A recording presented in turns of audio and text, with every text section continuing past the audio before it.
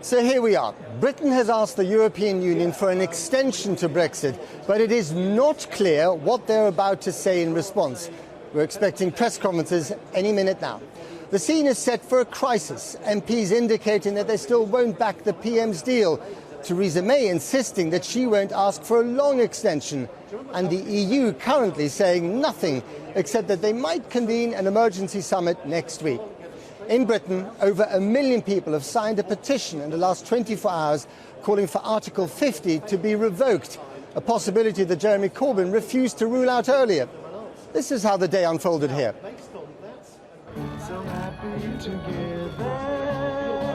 Theresa May came to Brussels to boogie like a Remainer with her bosom buddy Angela Merkel. So much for the fantasy, so much for the mask. The real Theresa May makes the red carpet look like the plank. Lonelier than ever and friendless at home, she came begging for a political bailout, an extension of Article 50, which under the rules, every one of these member flags can veto. Never has Britain been less in control, and never has she. What matters is that we recognise that Brexit is the decision of the British people. We need to deliver on that. We're nearly 3 years on from the original vote. It is now the time for Parliament to decide. A short extension gives us that opportunity to decide to leave the European Union, to deliver on that result of that referendum. And I sincerely hope that will be with a negotiated deal. Is this your last question, Prime Minister? Will you accept no deal, Prime Minister? Would it be your fault if you leave with no deal? The echo of questions will follow her all the way into the history books. Despite the glint in the glass, the mood here has shifted from thin hope to thick despair. Would you be prepared to sanction a longer delay of Article 50 if that meant avoiding a no-deal Brexit? Well, this is a hypothetical question in a hypothetical situation. It's all hypothetical at the moment. Yes. No. But we still need answers. There is one reality now, which is a letter by Theresa May asking for an extension if the British Parliament would vote yes next week to the deal. I think today, if the British Parliament would say yes, lock, stock and barrel, to the whole thing on the table. But even the table is missing, and if has become a very big word. And what happens if the deal is voted down in the House of Commons next week? Would you allow Britain to crash out without a deal? But I hope that if there is a positive vote next week, so that we have a deal. The deal has been But there may not be a positive vote. It really doesn't look like If there is no positive vote, we go in the direction of a no deal, yes. And you're prepared to put up with that? You're prepared for that eventuality? Yes. We are not the damage that will inflict. Yeah, exactly. You start again every time. We are not the bad guys in that story. You are not the bad guys, neither. But Who is the bad guy in the story, out of interest? The people who told to the voters that Brexit would be something which would happen like that would be no consequence. If there wouldn't be any consequence, and if there would be no interest for the UK to keep connected to the European Union, this would have been done in 2 weeks. We are speaking since months and years now about this exit strategy, and so it's all the people who lied before are responsible. Plenty of bad blood, and it was left to President Macron to put the boot in. We do respect what the Prime Minister and the Parliament are making, but we have to be clear. We can discuss and agree on an extension, if this is a technical extension, in case of a yes vote on the agreement we negotiated during 2 years. In case of no vote or no, directly, it will guide everybody to a no deal, for sure. They really want to get off Brexit and talk about all the other stuff that matters. Huddling with a club that will miss her and her country less and less. Mrs May's Gallic shrug of resignation was about the only thing not lost in translation today. And guess who? Like a matinee surprise in another building, Jeremy Corbyn, the man who hopes to walk on the red carpet soon. He's just spent an hour with Michel Barnier and Commission bigwigs, promising to deliver where Theresa May has failed. We do believe we can construct a majority which will prevent the crashing out and all the chaos that will come from crashing out, and that is what we're absolutely focused on. What makes you think you can do it this time when you've not been able to do it before? We got a lot nearer last time than we did on previous occasions, and there's obviously a great concentration of minds in the British Parliament at the moment because of the, I think, danger of crashing out without a deal. A concentration of minds, more like a confederacy of despair. Whatever the length of the extension agreed today and possibly revised next week at another summit, bad memories of Brexit will linger in this club long after the doors have shut.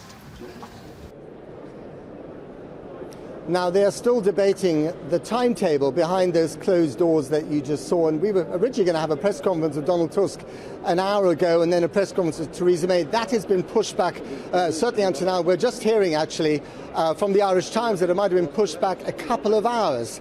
So who knows what's really going on. Let's bring in my guest, Vice President of the European Parliament, Mairead McGuinness. It's very confusing, isn't it? It what is. do you think is going on? I'm not so sure that I know, but I think things are changing because we had these various dates. The Prime Minister looking for 30th of May, Europe offering 30th of June, Yeah. Europe offering the 22nd of May. And now I'm hearing different dates earlier in May. I'm not so sure that that matters much. Does it make any difference? No, but I'm wondering, is there something else going on inside that room? There are 2 or 3 scenarios likely next week. One, the withdrawal agreement gets through, and then everything else falls into place. Right. I think the question that perhaps is difficult to answer, what happens if it doesn't? Do we see a 4th meaningful vote, or do we then have a scenario where both the Prime Minister needs to look at a different timeline, or she goes for a no-deal Brexit? Nobody wants that. Maybe in that room they're discussing the consequences of the withdrawal agreement not getting through the House of Commons a 3rd time. And that's why this is going on much longer than people had anticipated. I heard the word special configuration. I don't know what they mean. So I think that things are unfolding here. And maybe there is wisdom in trying to have different scenarios depending on how things go in the House of Commons, so that we're not shocked and unprepared for a no vote again, and that we have some sight of another option rather than no deal, which the House of Commons doesn't want. Talking of shocked and unprepared, the impression that I really got here quite strongly for the first time, in these buildings, is that European leaders are now reckoning that a no-deal scenario, even if they're saying the opposite, is the most likely scenario, but also that they think that she has pivoted towards the Brexiteers in her own party, that for her that is more important because of internal polling than trying to save the deal. Well, 2 points there. In terms of the internal issues for the Conservative Party, I think a lot of people have a sense in which David Cameron tried with the referendum to heal the rifts, and perhaps the Prime Minister is also trying to hold her party together. I mean, there are bigger issues than that in my view, because Brexit would be such a sundering if it goes wrong of relationships and bad for everybody, that I think it is unthinkable that we would allow that to happen. When you ask about the no deal scenario, I think yes, European leaders are preparing for the worst. We have to, because if the withdrawal expecting agreement, the worst? Well, perhaps you're better expect it and hope it doesn't happen, but be prepared. If you look at what might happen if there is a vote Monday, and we don't know when the vote might happen, if it goes down, if we were ill prepared, it would be a disaster for our citizens. It will be difficult anyway, but we're better have our ducks in the row should things go wrong. And I think the UK should have the ducks in a row if it goes wrong. And because of geography, Britain and Ireland are joined at the hip on this one, aren't they? So if we go out with a no deal, that's really bad news for Ireland, because all those things that you didn't want to happen might happen as a result. Well, I think it's bad news for both of us. I think we're near neighbours, we're friends, so that would not be a good sign. How in worried terms are you? of, I mean, of course I'm worried. I represent a constituency that's close to Northern Ireland, so we are very determined to keep, if you like, things as they are today, whatever happens. But that would be very difficult in a no-deal scenario. I think the British Prime Minister knows that. She's also, with her tariff arrangements recently, indicated that we don't want to see any physical infrastructure. So yes, we're very worried. Of course Ireland would suffer, but I do have to say this. I think there's a sense from the UK that we would be suffering more than you would. This would really be bad for your consumers, bad for your food supply chain, bad for business. So I don't think it's in anyone's interest to go that far, even though at this moment that is the scenario we face. Is there a sense in this city that European leaders, that you, have run out of patience with Theresa May? Look, Donald Tusk said there's Brexit fatigue. I don't think there's lack of patience, because I think in politics, if you don't have patience, you shouldn't be in the job. You need a lot of it, a bit like journalists. So we have to be patient.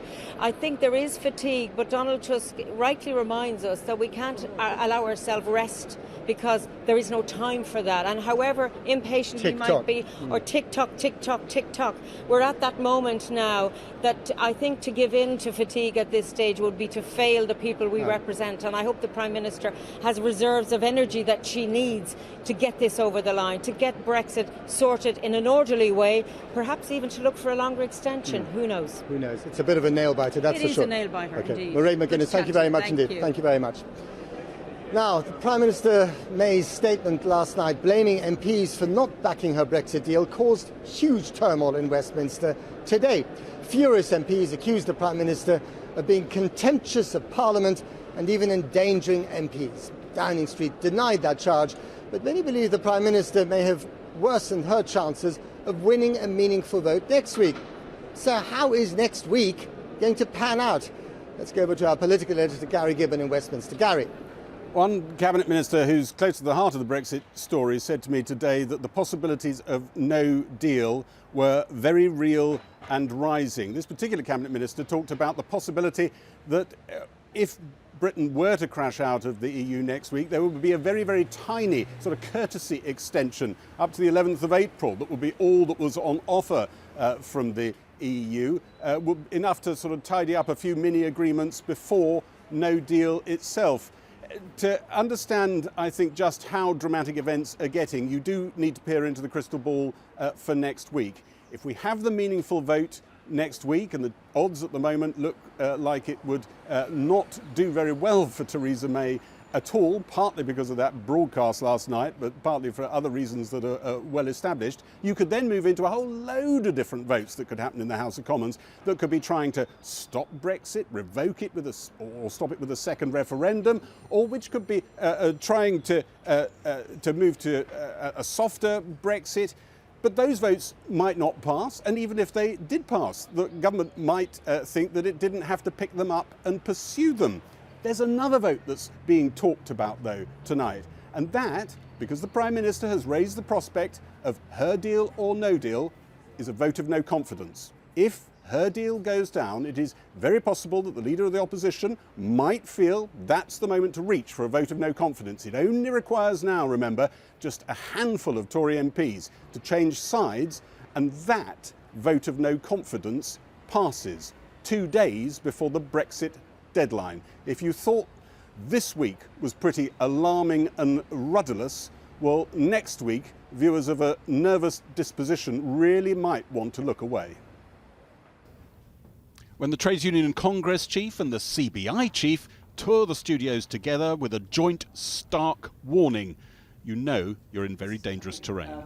So we are joined with the TUC today. It's very unusual, but we've set our differences aside to come together to say this is a national emergency and we need to change course.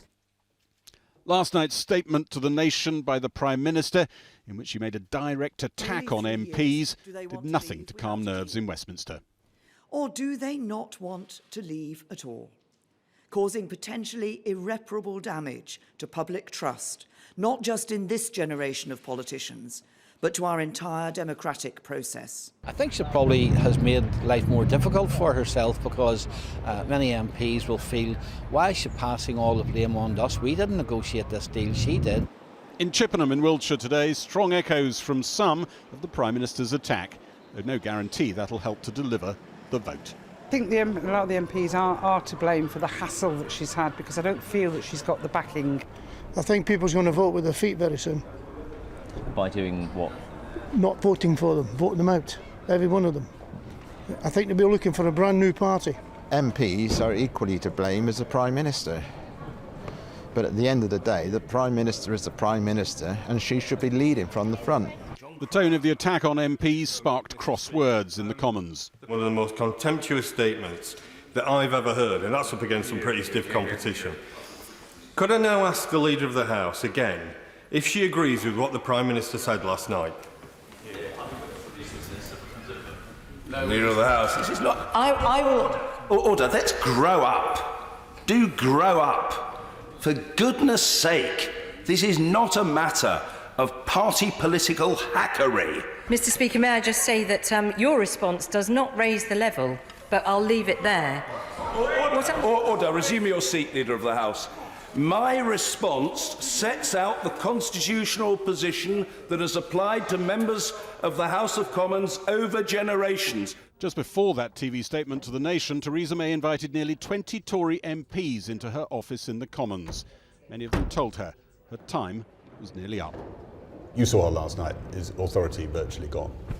Well, she's still the Prime Minister, and everybody was courteous, but and I do, and I've always said this, I always admire her Zebedee-like qualities, jumping out and being resilient, but I felt it was a different Prime Minister that we saw shrunken last night. I felt she inevitably, she looked exhausted and anxious by events, and I want her to be not someone who's swept by the events, but actually lead the events. So that moment may already have passed. Well, we're going to find that out next week. We asked an expert on the EU and an expert on the British Constitution how a momentous week ahead could pan out.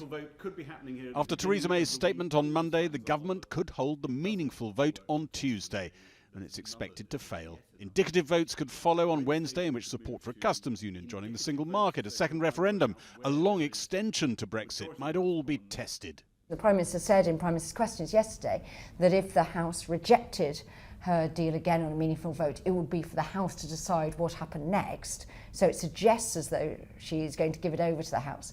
But the government isn't bound to follow a motion.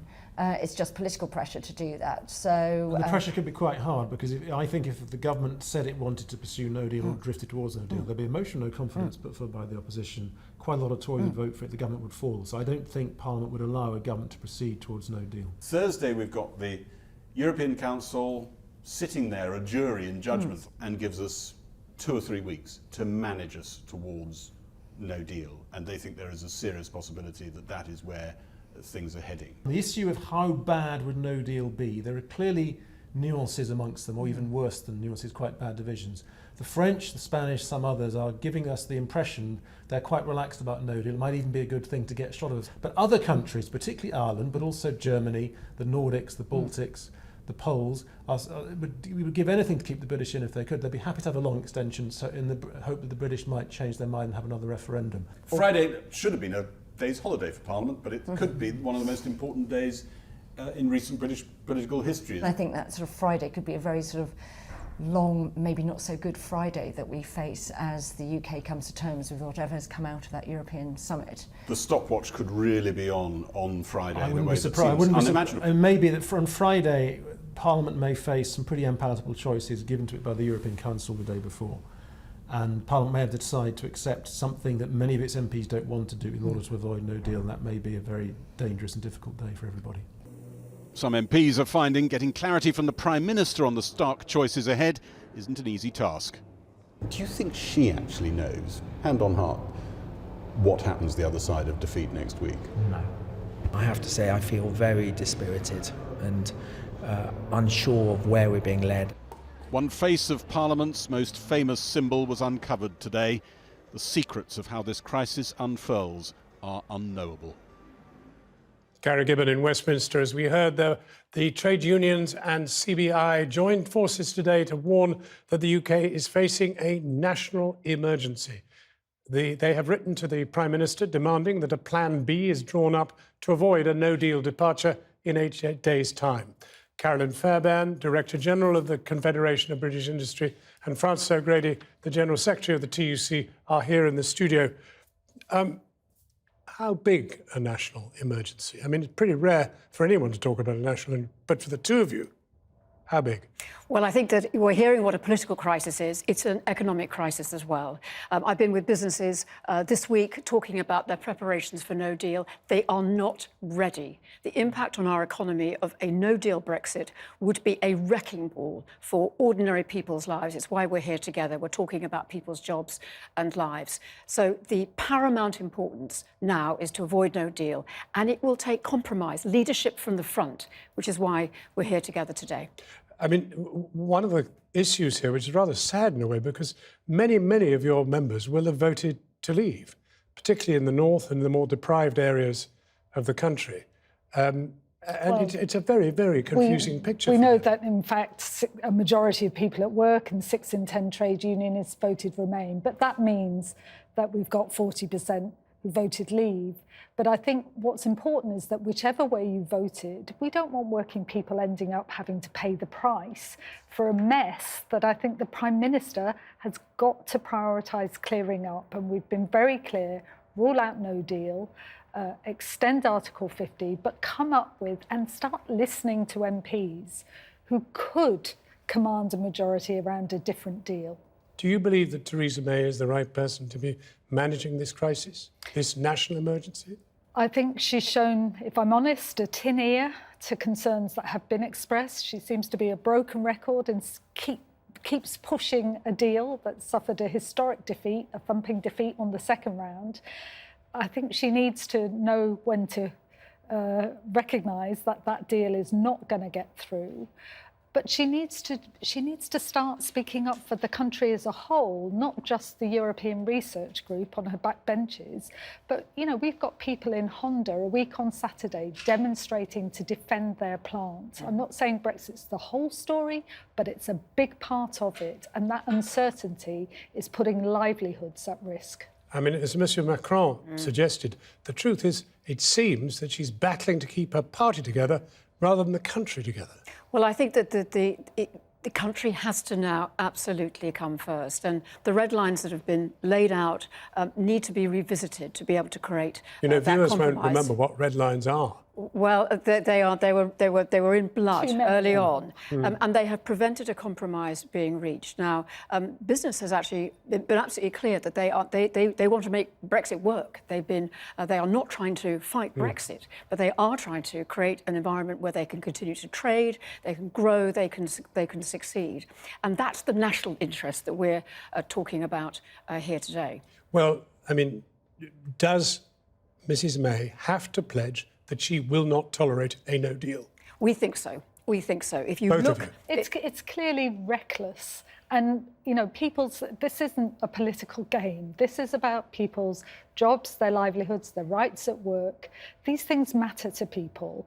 It shouldn't be something to use as a threat or to try and bully people into voting for a deal that is going down. Instead, we need to find a new deal that prioritises jobs and workers' rights. This is sort of civil society calling now through you. I mean, to get the country back on track? Well, I think that what we have all been doing is we've been listening to what businesses have been saying, and I speak to so many now who've got plans in their bottom drawer for supply chains that move out of the UK, for factories that they will close. Those voices have to be heard now. That's why we're talking about emergency, and it is about leading from the front. That's why we've written to the Prime Minister herself. We think she can and must, over the next few days, change course and start bringing compromise in Parliament and lead the country out of this. So, I mean, if we fall out next Friday, or not much later than that, what is the effect? I don't think she'll be able to blame MPs for that. I think she's got a direct and personal responsibility. She's the elected Prime Minister of this country. A way forward could be found. We know that's possible. She's got to give MPs the opportunity to take those indicative votes, to try and craft a consensus and a compromise way forward that is a good deal for ordinary people. We're not sure compromise is in her vocabulary. But only 4% of businesses we've asked have said they're ready for no deal. It will be chaos, and it will be about people's jobs and lives. And what do you make of what's going on in Brussels at the moment? I mean, they do seem extremely frustrated with this. Well, I think that is enormously alarming to hear the emotion in people's voices, to see the febrile atmosphere. I think that concerns business even more. And that's why we need the leadership that can cut through that and get us out of this mess. Well, thank you both very, very warmly. It's very rare to have the CBI and the TUC in the studio at the one time, so thank you both. Let's get some reaction now from MPs. A Labour MP and chair of the House of Commons Brexit Committee, Hilary Benn, is in Westminster, and in his constituency of Welwyn-Hatfield is Conservative MP Grant Shapps. Grant Shapps, could I just ask you first, is Mrs May going to win the vote next week?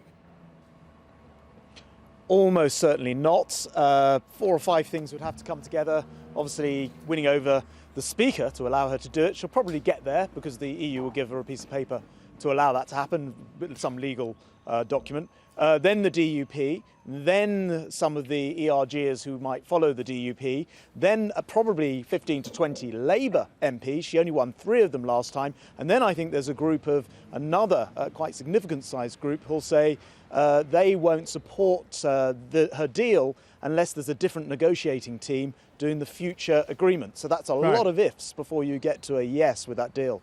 Hilary Benn, you could hear the things which are going on in Brussels, and I'm wondering, therefore, if she doesn't win next week, what happens? Well, the European Council will meet again, it seems, next Thursday. But this is a full-blown national crisis, which, with a government that is rudderless, that is living a hand-to-mouth existence. And the first priority, because in a crisis you need to work out what is the most urgent thing to do. And the first priority, for the sake of the nation, is to ensure that we get an extension. And therefore, if the EU offers the UK an extension, if it involves having to take part in European Parliament elections, then I think it needs to be accepted by the Prime Minister. The fact she asked for a short one, when previously the Deputy Prime Minister had warned that a short one-off extension would be damaging and reckless, I don't think that rises to the scale of the task. What is a realistic one? How will viewers know that some decent date has been achieved? Well, which brings me on to the second priority, which is to enable Parliament, John, to begin to see whether there is an alternative approach which can command a majority. For 2 3/4 years, the government has failed to reach out across the House of Commons. It has failed to try and create consensus. The Prime Minister laid out her red lines and she has refused to move an inch. And a group of us as cross-party MPs have put down an amendment for Monday to give us the chance on Wednesday to start that process. But indicative votes are only relevant if we have ensured that we do not crash out with no deal on Friday. Well, Grant Shapps, I mean, there is talk of a vote of confidence next week. Do you expect such a thing? And do you believe, as an MP, that MPs will take back control next week?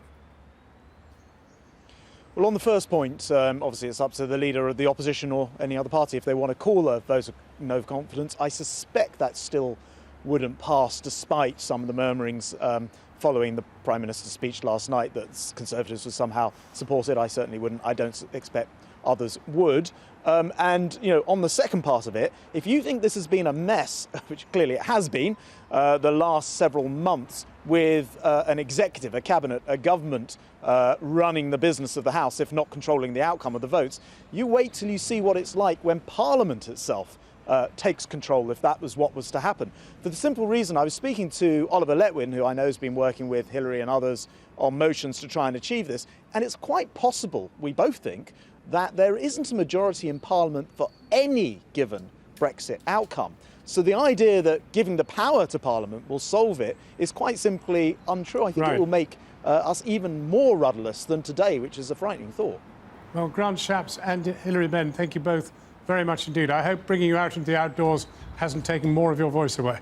Oh, you're very kind. I'd just say, John, Parliament could hardly do a worse job than the government has managed over the last few weeks. Hilary Benn, thank you very much indeed.